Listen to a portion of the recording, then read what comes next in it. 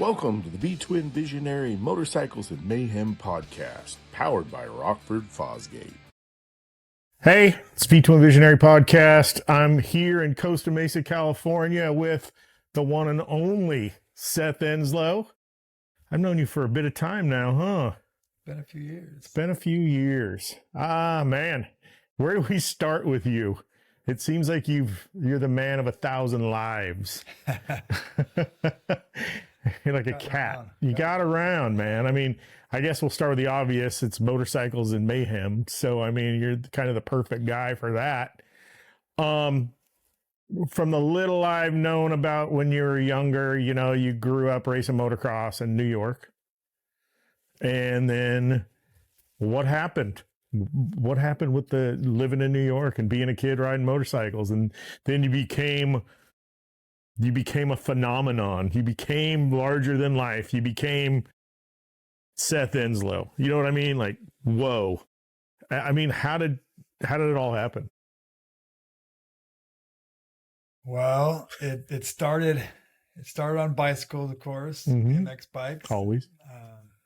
Just building jumps and wanting to fly. Really, when I was a kid, I always wanted to fly, and I used to jump out of trees and off roofs, and always just I love it. Wanted to be a stuntman. I loved the Fall Guy, Dukes of Hazzard. Yep. I loved stunts. I loved real stunts, like Harley-Davidson, the Marlboro Man. Yeah. And like real movies with real stunts. That was my deal. I wanted to move to Hollywood and be a stuntman, and I also wanted a motorcycle, but we were poor, so I had to start working at a young age, save my money, buy my first dirt bike.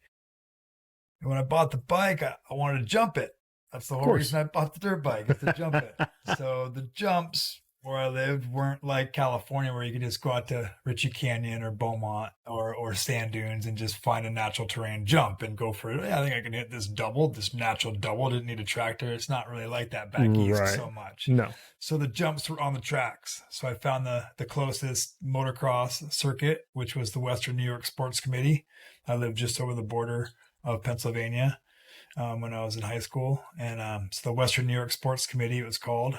And it was basically around the Buffalo, Rochester, just below Syracuse, Auburn, New York, Frozen Ocean, Palmyra, all those tracks. They had a good little series. They had a spring series, a summer series, and a fall series. And I'd race 125 class.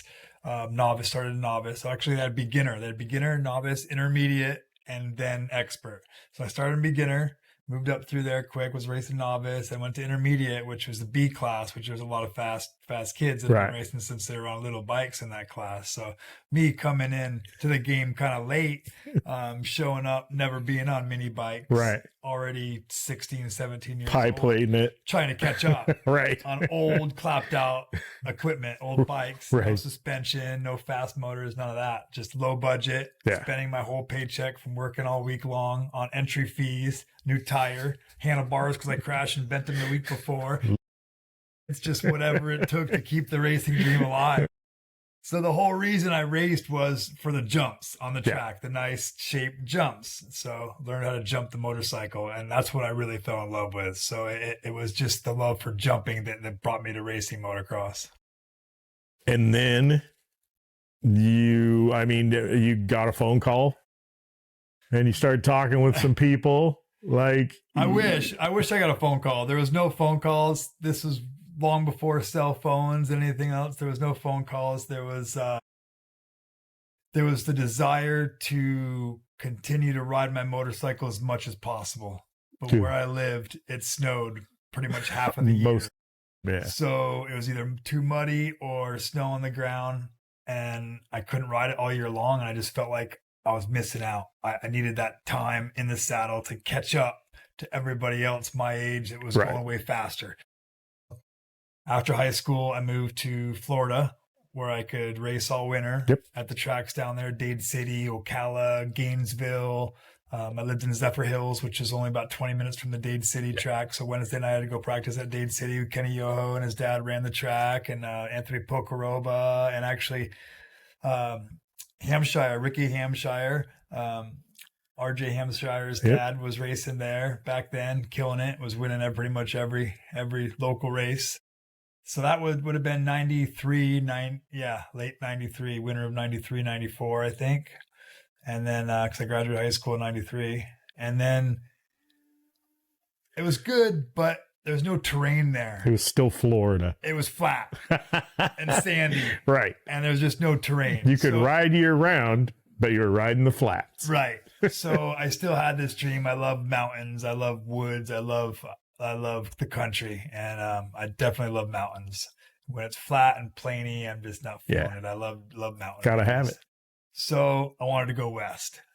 So I met a guy at Dade City who had the same desire to come west to do some riding out here. And I said, okay, well, here's my plan. I'm going to go home where I can live for free. Right. Down here, I got a free place to stay. My grandparents, friends let me stay in their house, but I had to turn the power on and just living expenses. Wasn't making that much money working in a small engine repair shop. My buddy said, come and live in my basement. Work for my painting company, paint houses for the summer. We'll take you racing. We'll come and race the Western New York Sports Committee again for the summer series that you've already been racing for the last couple of years.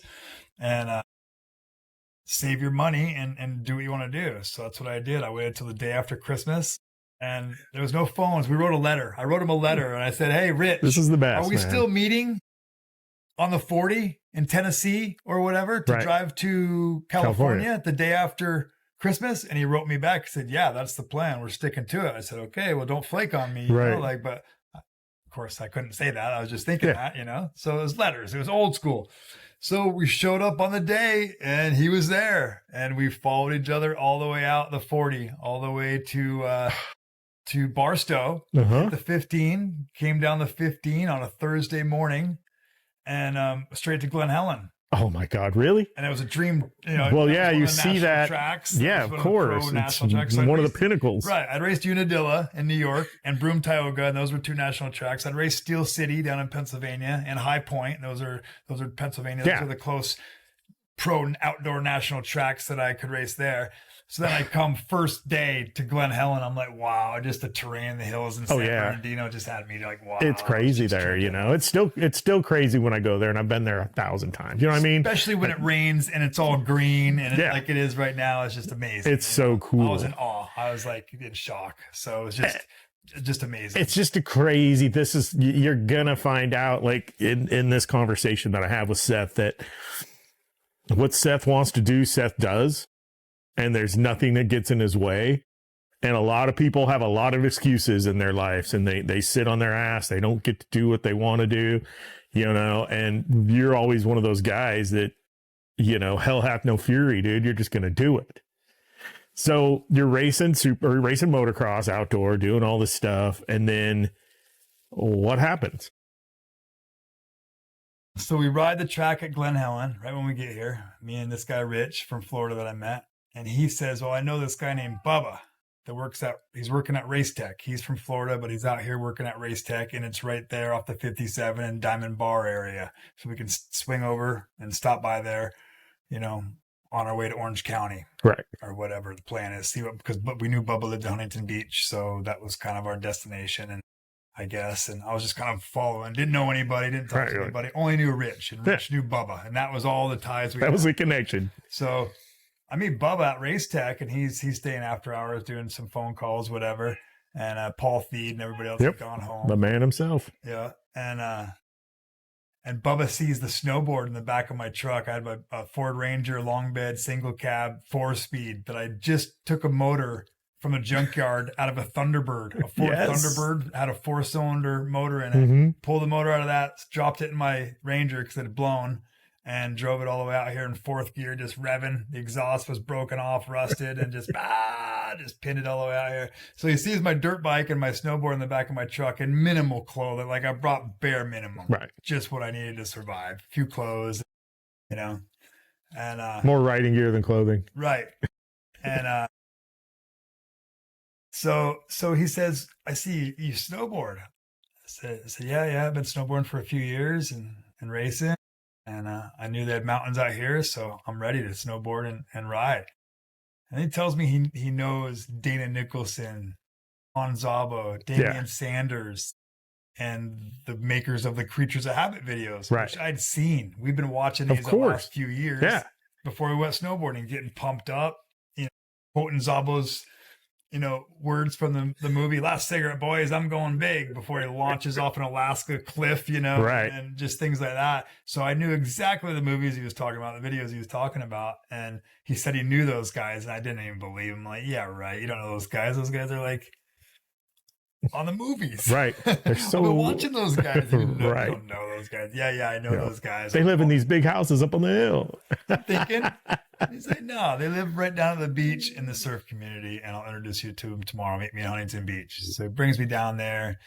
Dana lived on like 16th Street. Damien lived on 14th Street.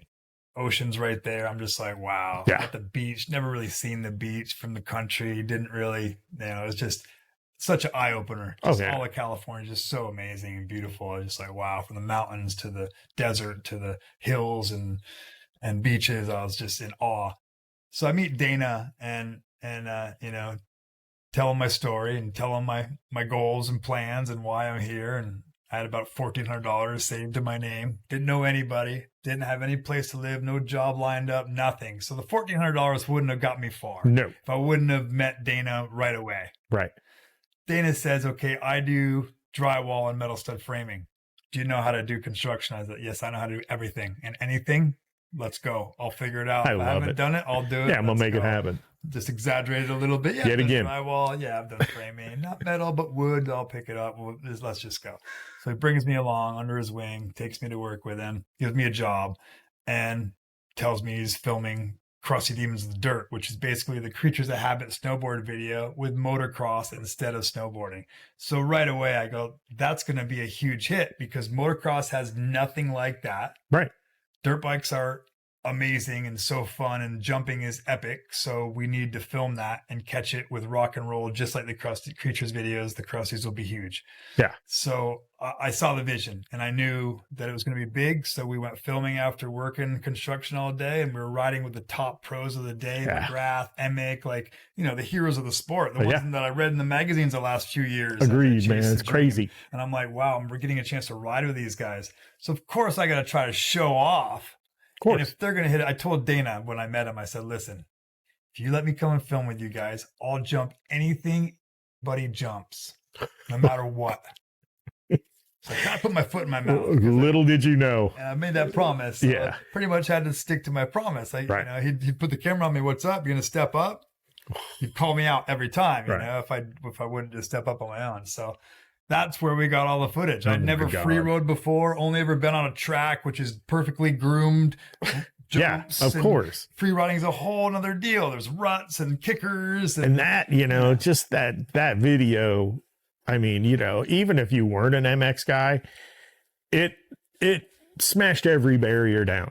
Like you would go into bars and it'd be playing on revert, they'd go into people's houses, just anybody. Even like I said, if you weren't a two-wheel guy at all, you saw that thing playing. You saw everybody just getting rad, doing rad shit, and then of course, the drinking and the fucking partying and all the other stuff that came with that phenomenon. And I think that, you being always thought of in that video, Crusty, that you were the gnarliest guy for sure. Even though these dudes are pros, blah, blah, blah, blah, blah, but you were the guy that was pushing the limits. All on a dare and keeping your promise. On a dare and on a roached out bike. Yeah. Like a few-year-old bike trying to hang with the guys on factory bikes with stiff supercross suspension and factory motors and like the top of the line bikes. And I'm on like clapped out 3-year-old stuff with blown fork seals. But that is what made you the working man's hero. Right. You know what I mean? Dudes don't have factory works bikes, I'm sure you met 10,000, 20,000 people that were like, dude, I had that same bike and da-da-da-da-da. And, more of that than, hey, what was your setup on your suspension? You know what I mean? Like, that's a question for McGrath's Mechanic or Paul Thede at Race Tech or whatever else. The elite. Right. And you smash that glass ceiling with just doing gnarly stuff. And from doing that, I mean, it made you, with a two-wheeled household name, which was crazy. And then, you had Fresno Smooth, you had Crusty 2. I mean, you were just kind of rolling that lifestyle. how was that in the middle of all those years? The 90s were good. I mean, like first Crusty came out in 95. So I was 20 years old. Yeah. And it was huge. Like it was like instantly. I just was getting phone calls from sponsors and people wanting to put their stickers on my bike and pay me to wear their whatever it was, Right. sunglasses or shoes or whatever. And Dana and Johnny just wanted to travel. They said, this is our ticket to travel the world and take dirt bikes worldwide. Everywhere. Take riders and get dirt bikes there or find dirt bikes there and just film all these places we've always wanted to go see. So we started traveling from South Africa to Peru to China to just all these rad places, Japan, Australia, of course, New Zealand, all these places, and just trying to find cool things to film. It's so amazing to me that, you know, to be able to do it. It wasn't like it is today. You know what I mean? There's so many, okay, we got to get, you know, even V12 Visionary and how small we are, you know, we've got daily things we have to do. It's posted, this, that, and the other, you know, okay, we got to live. Back then, man, we just did it. And, you know, to be able to travel like that, being a kid that, you know, grew up with not a lot of money, grew up with a lot of hope for his success and future life. And to be able to do that throughout the 90s was insane, you know, and just, I just think it's so cool to see that and to understand like where you guys were coming from at that time and how it's progressed, how the sport's progressed, and how, you know, the free ride stuff's even kind of left and come back again, you know, and to see all that stuff, like, I really like that. But yet again, you could only ride at that level for so long. Because, I mean, how many bones have you broke? Few. I've been pretty lucky. Yeah. I mean, I'm not as broken up as Travis Pastrana. Oh, no. And some of the other guys. Yeah, those dudes are. And some guys didn't make it through the battle. You know, I've lost a few friends, whether it be from injuries that led to pill addictions and pain medications and ODing on those, or just a crash that broke their neck or blunt trauma their insides or whatever it might have been. We've lost a few soldiers along the way, but we've been pretty successful. There's a lot of slow older men now. Yeah, there is. But, you know, it could have been way worse. For the things we were doing, to look back, we all made it through pretty unscathed. Yeah, I think that's fucking awesome. So how did the Harley thing come up? So I was living in Huntington Beach. I was probably 22, something like that. And I had a buddy, and he'd just gotten a Harley, and he talked about it and kind of got me into wanting a Harley and showing me the magazines, and I'm like, yeah, Harley would be cool. And I just didn't have the money quite yet. Cruising PCH, living that life. Right. So this band Burning Groove was making music for the Crusty videos, and their bass guitar player, Dave, needed a room to sleep in. So he rented a room in the apartment or the condo that we were renting. Right.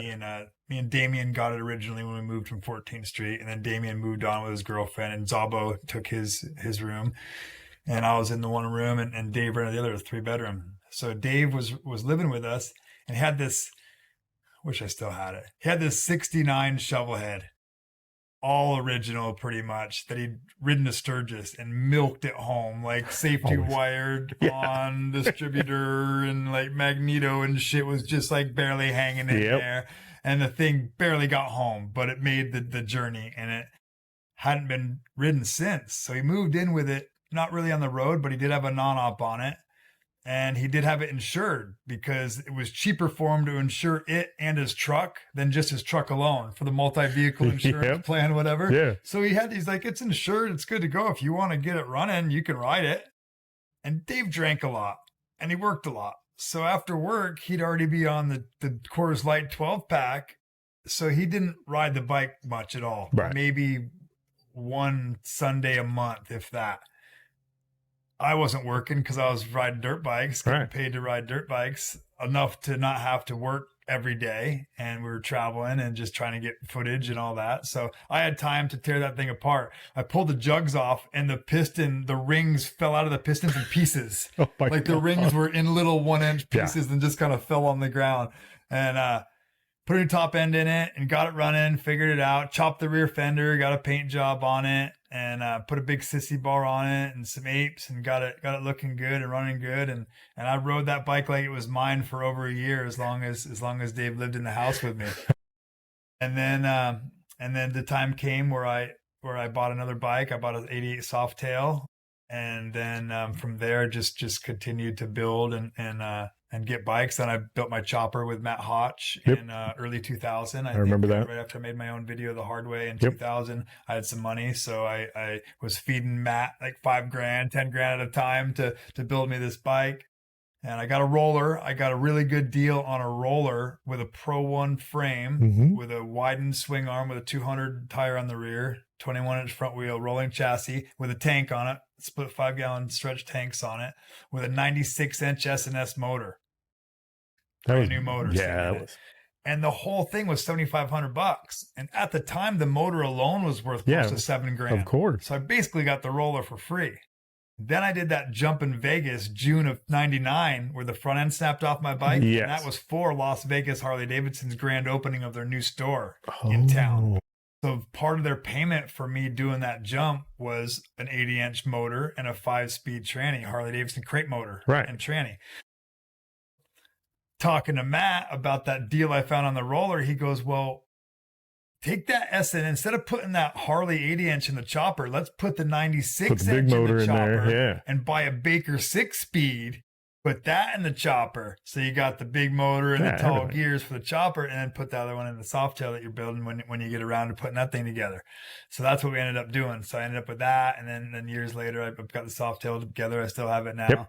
And it's a great running bike. That 80-inch runs like a champ. And it's funny because I rode my chopper to Vegas in 2006, and I'd blown the 96-inch right before that because we just had a cone on the carburetor with a screen. Right. There was no real air filter. And going to Sturgis. Just sucking in that junk. Not Sturgis, but going to Laughlin. Yeah. Pulling off the side of the road, all that silty dust just sucking in. So eventually it blew up. And my buddy said, let's ride to Sturgis. And I'm like, well, my bike just blew up. What am I going to ride? Didn't really have too many options. But then I saw that 80-inch sitting in the roller. Assembled yet. I'm like, oh, I can just pull that hot swap. It's not even bolted in. It's just got the bolts dropped in the hole. It's not even tightened down. Let's just chuck the 80-inch in the chopper, pull that 96 and get Mitch to rebuild it, and I'll ride this thing to Sturgis. So that 80-inch was in the chopper with the 6-speed Baker when I rode it to Sturgis in 2006. But it ran like a champ. That 6-speed and that 80-inch just matched up so nice. Perfect mix. Like it's cool, man. And I mean, to ride to Sturgis your first time, you're always like, especially from California, and going through southern Utah and all that stuff, which is just beautiful, and being able to get that feel, and pulling into Sturgis when you've ridden there the first time, I don't get jaded. I still dig it, but like I did it this year from LA and it was just so cool. Like the bikes change, but the feeling never does, and I love that, just getting on the road and riding. And it's a great ride. Yeah, it's super cool. And I mean, speaking of riding, man, you've past couple of years, you've been putting in some miles. Yeah. So as far as just to rewind it quickly, Sturgis goes, the first time I went there was actually in 2001. And I drove my truck towing a borrowed Weekend Warrior from Weekend Warrior out in the Marietta area, and brought my distance ramp that I was renting off Johnny Airtime when I started doing distance jumps. When freestyle picked up in motocross, I veered off and started going for the long distance jumping because Robbie Knievel wasn't really attacking that. He was just doing more showcase jumps instead of going for that record that has stood since 91. So I said, okay, well, if this record by Doug Danger stands at 251 feet since 91, it's time to get broke. So I was chasing that down. I remember that in real time, watching you, back at that time, just seeing like all the distance stuff you were doing. And like, of course, number one comes to mind is Evel Knievel, and then Robbie Knievel's just kind of doing his thing, but then there was Doug Danger and then a couple other guys throughout the United States and the world doing jumps, but nobody was doing it like you. You know, I think that it was something that most guys my age and you grew up with, you know, ABC Wireless Sports, you know, Evel Knievel jump and all that stuff, that failed Snake River thing and all that stuff. But to see it evolve and to see you kind of be the dude that put your hand up and said, I'm going to do it and beat these records. And I mean, that takes a lot of dedication. I wanted to pay. I like working alone. I like doing my own thing because then I don't have to worry about nobody else. I'm just in it for myself, and I'm the only one I have to look after. So I saw the sport from us making free ride videos in Krusty's veer towards competition with the FMX, where you're just one of the competitors getting judged by a panel of judges on the tricks that you do, who may or may not like you. And I didn't really want to go down that way. I wanted to stay single on my own path, like I was in the videos, going big, doing my own thing. I wasn't a racer. I was kind of my own guy. So I wanted to stay that way. And like I said, I saw a job there because nobody was doing it. Robbie wasn't really chasing it. So I started going for the distance jump. So anyways, I got a deal with the monster truck circuit, doing distance jumps at halftime at these monster truck shows. And they did a monster truck show in Sturgis at the fairgrounds in 2001. So I went up there through the 88 Softail, and my buddy Gus came with me through his Harley in the trailer, my dirt bike and Johnny Airtime's distance ramp in the Weekend Warrior, and went up there, did the jump, rode our Harleys around. That was the first trip to Sturgis. Went again in 02, I believe, or 03 with Metal Militia, because they were working with Harley-Davidson doing shows for Harley, and we did that at Rapid City. So I announced for the freestyle show in Rapid City with Harley-Davidson. They put our Harleys in the semi and flew us up there that year. So that was VIP. That was nice. And had my chopper up there for the first time. And then, I don't know, maybe it might have, I don't know. I went on my bike. I think it was still the Softail. I didn't have the chopper quite yet then. Maybe I did. I don't know. Whatever Badass bike you had. It got taken up in a semi. We flew up there, had our bikes there. But must be before that. That was the third trip. Before that, I rented a bike from Eagle Rider, a bagger, a street glide. I rented one for like $100 a day or $130 a day with a full insurance.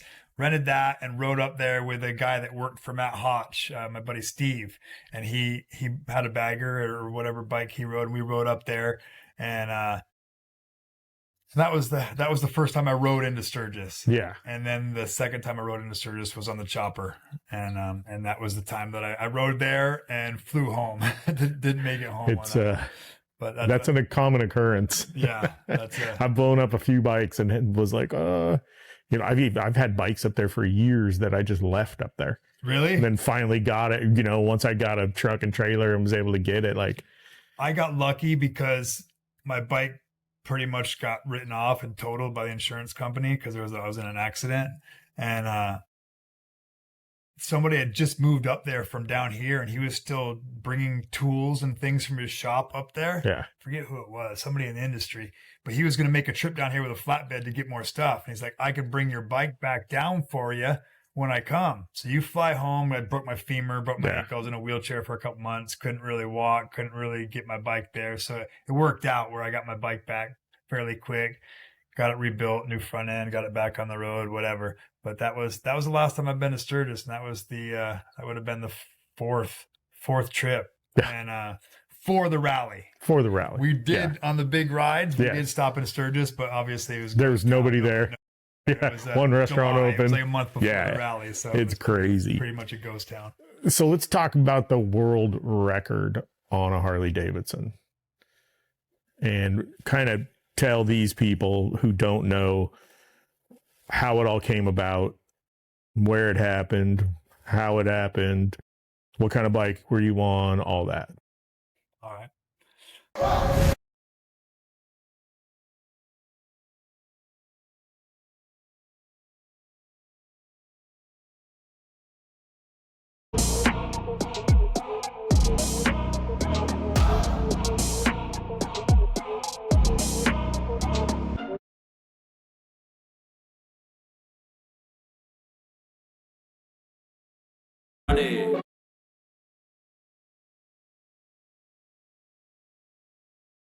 moving forward with that journey of breaking Doug Danger's distance record, I tried again. So June of 99 was when the front end snapped off. I got that motor from Harley-Davidson to put in the Softail. 6 months later, I went for the world record jump for my video, and didn't end well. Got in an accident, ended up in surgery, came up short, didn't clear the 251. So that was December of 99, December 22nd of 99. And I didn't get another chance to go for the record until 2005 in Australia. They did a night of world records over there. Problem is, I was contracted to do the jump, but Metal Militia came up with their own freestyle tour over there a few months before that night of records.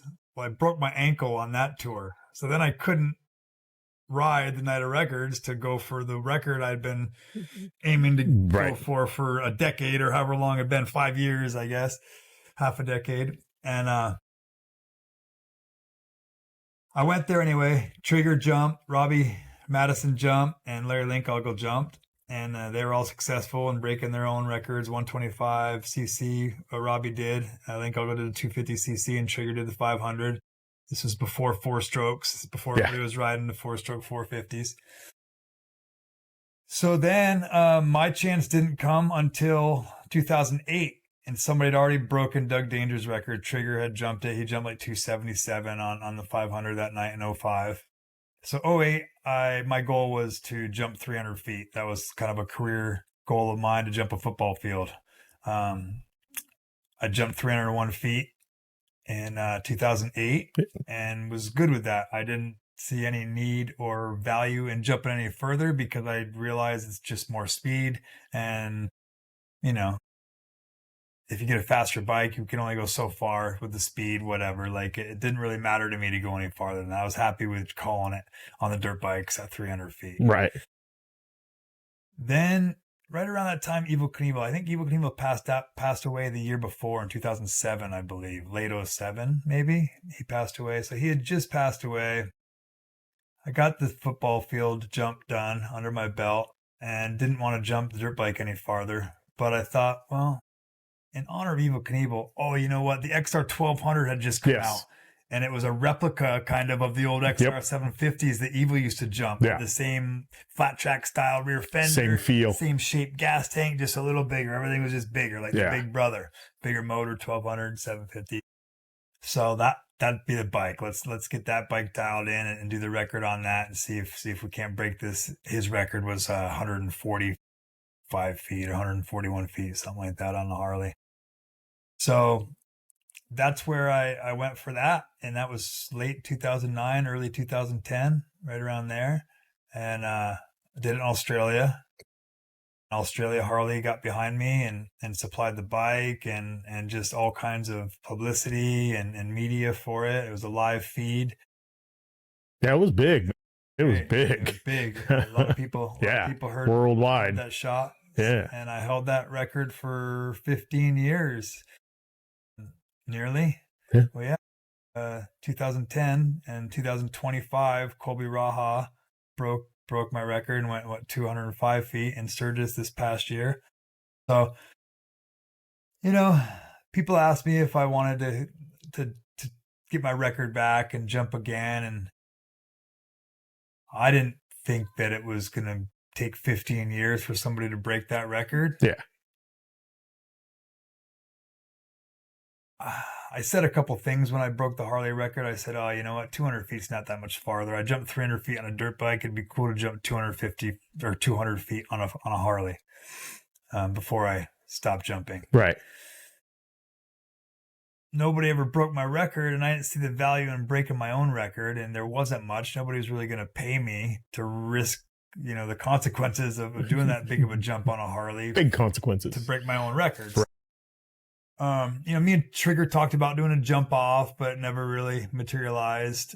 And he started building a jump bike with T-Rod, and that didn't happen. So time went on, and you know, I'm 50 years old, and my daughter's about to turn 25 and I've got chickens and I'm content. I'm healthy. I'm not injured. I'm not on crutches. I'm feeling good. I'm sober. I haven't drank in 5 years. Yeah. You're doing a lot of real good stuff for yourself. Good things, feeling healthy, feeling strong. The last place I want to be is in that mental state of not giving a shit and having to just flip that switch. That fuck it switch and just say, okay, here we go. Let's just risk our life. Let's just put everything on the line to do this stunt. Yeah. Those feelings I'd already kind of put that person 6 feet in the ground. I can see that. That man that drank alcohol and jumped motorcycles and partied like a motherfucker dead to me. Right. He was 6 feet down. So to revive him and bring that person back, I didn't want to see him. I can understand that. You just shut the door on that. He's done. He's next. Dead. He's already dead. I couldn't bring him back to life. So, right. So I decided that, well, if I could round up $500,000, pay off the house, right, and have a little bit of money after taxes and whatever, maybe. But then I started thinking about it. You can't put a price on freedom. Nope. And you can't put a price on happiness, and you can't put a price on health. Well, I mean, when you have, that's true success right there. You know that, right? It's not money.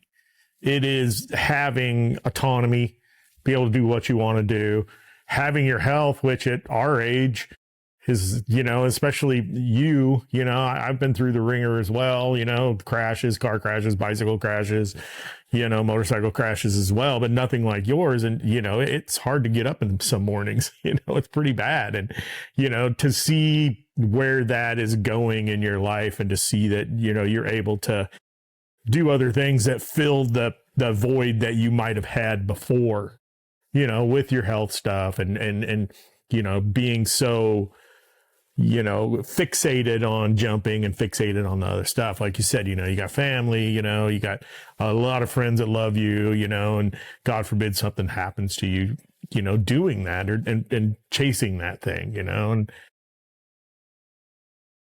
I'm not pussyfooting around, sheltered pansy by no means. I get my 2-wheel fix on my Harley and I ride that way too fast and do lots of dangerous things still, but I just decided that I didn't want to jump motorcycles anymore. I put that behind me, turned the page in the chapter. But when Colby was breaking my record, I was contemplating ripping that page out and rewriting the next chapter.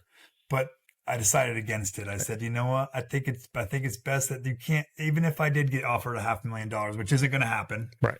Because there's no value in it. Now, who's going to pay that? It is what it is.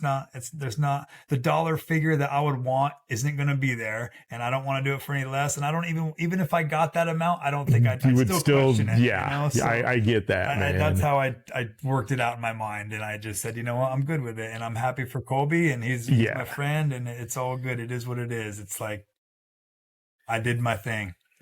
Come on, man. You held that record forever.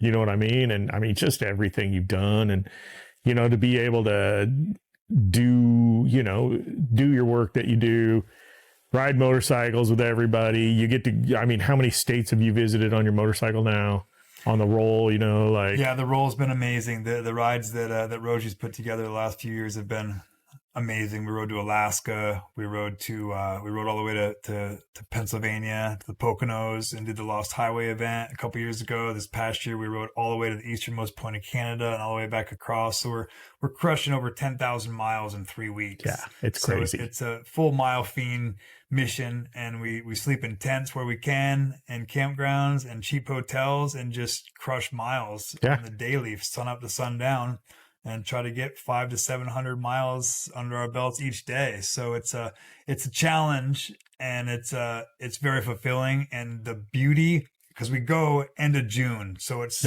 springtime, so everything's just so full of life. There's baby horses in the fields. There's birds chirping, like the flowers are blooming. Yeah, all the it's hills crazy, are man. green. The streams and the rivers are flowing from the snow melt and the mountains. Everything's just like.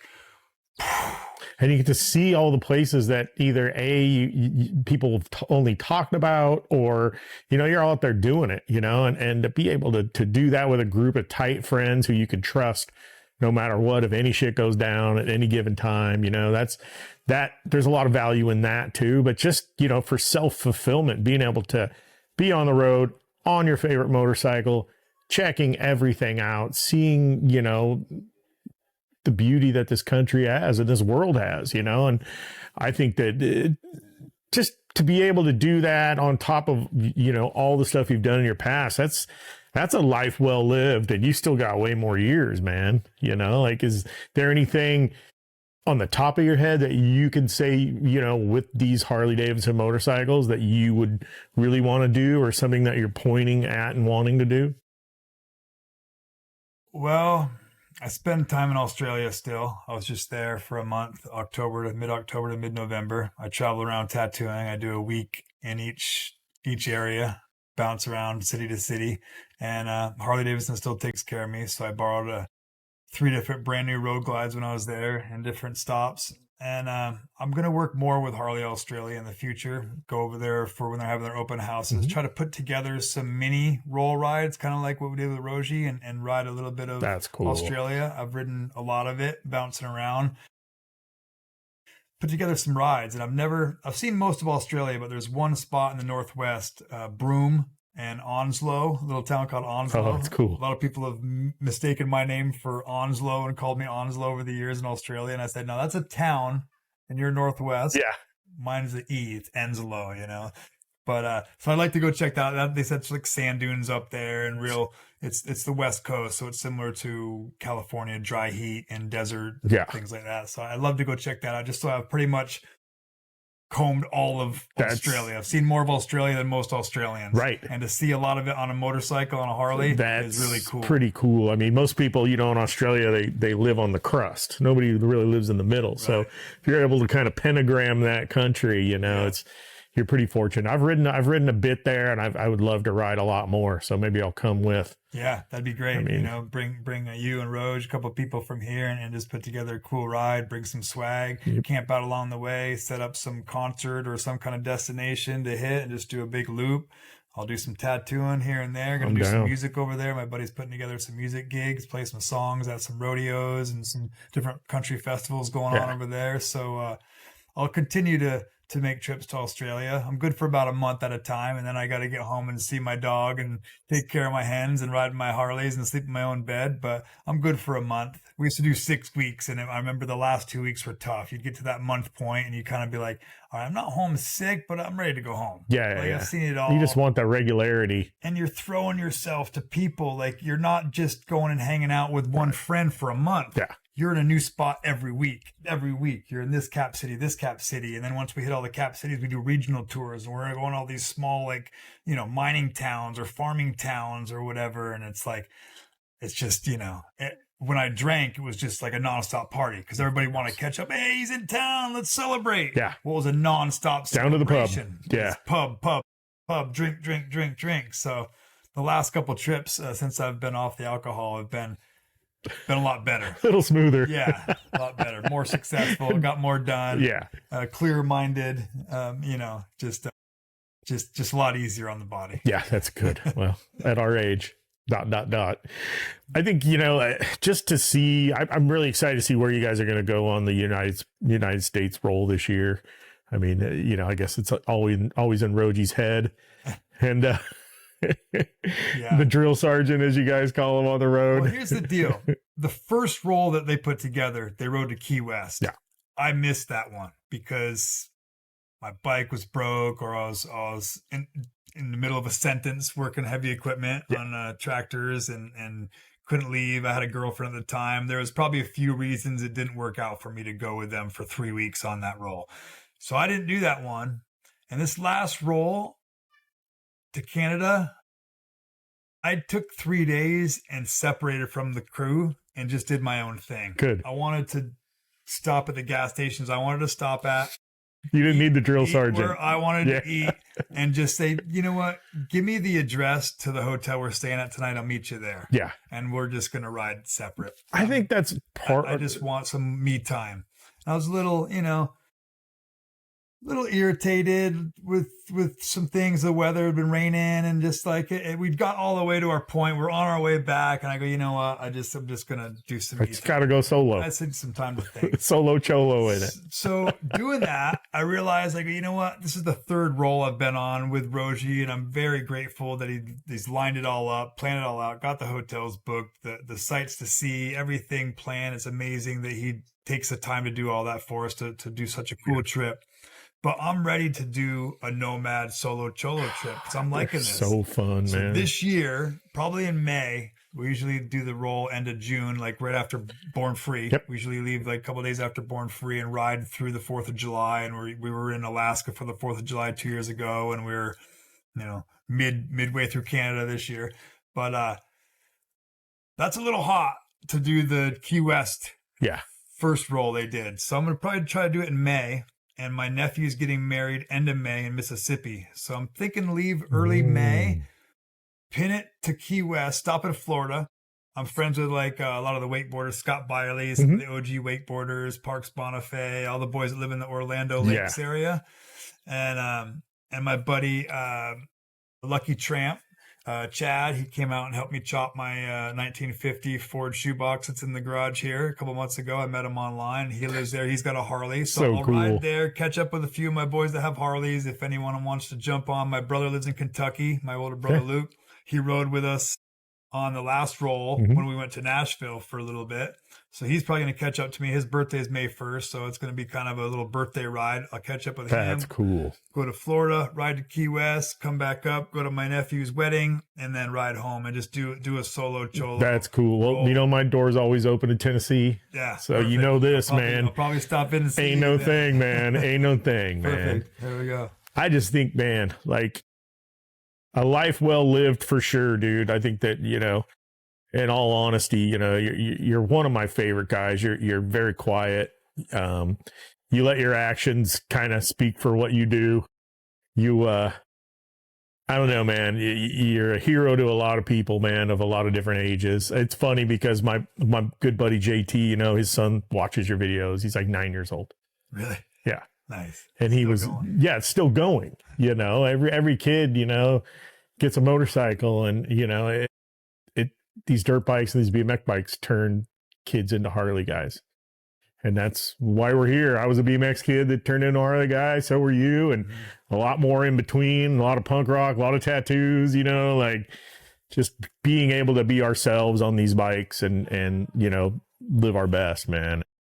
I appreciate you inviting me into your home, seriously, man, and checking it all out, man. It's great. Spare beds if you ever need a place to crash. Oh, I will. Harley to ride, spare bikes in the garage. It's awesome, man.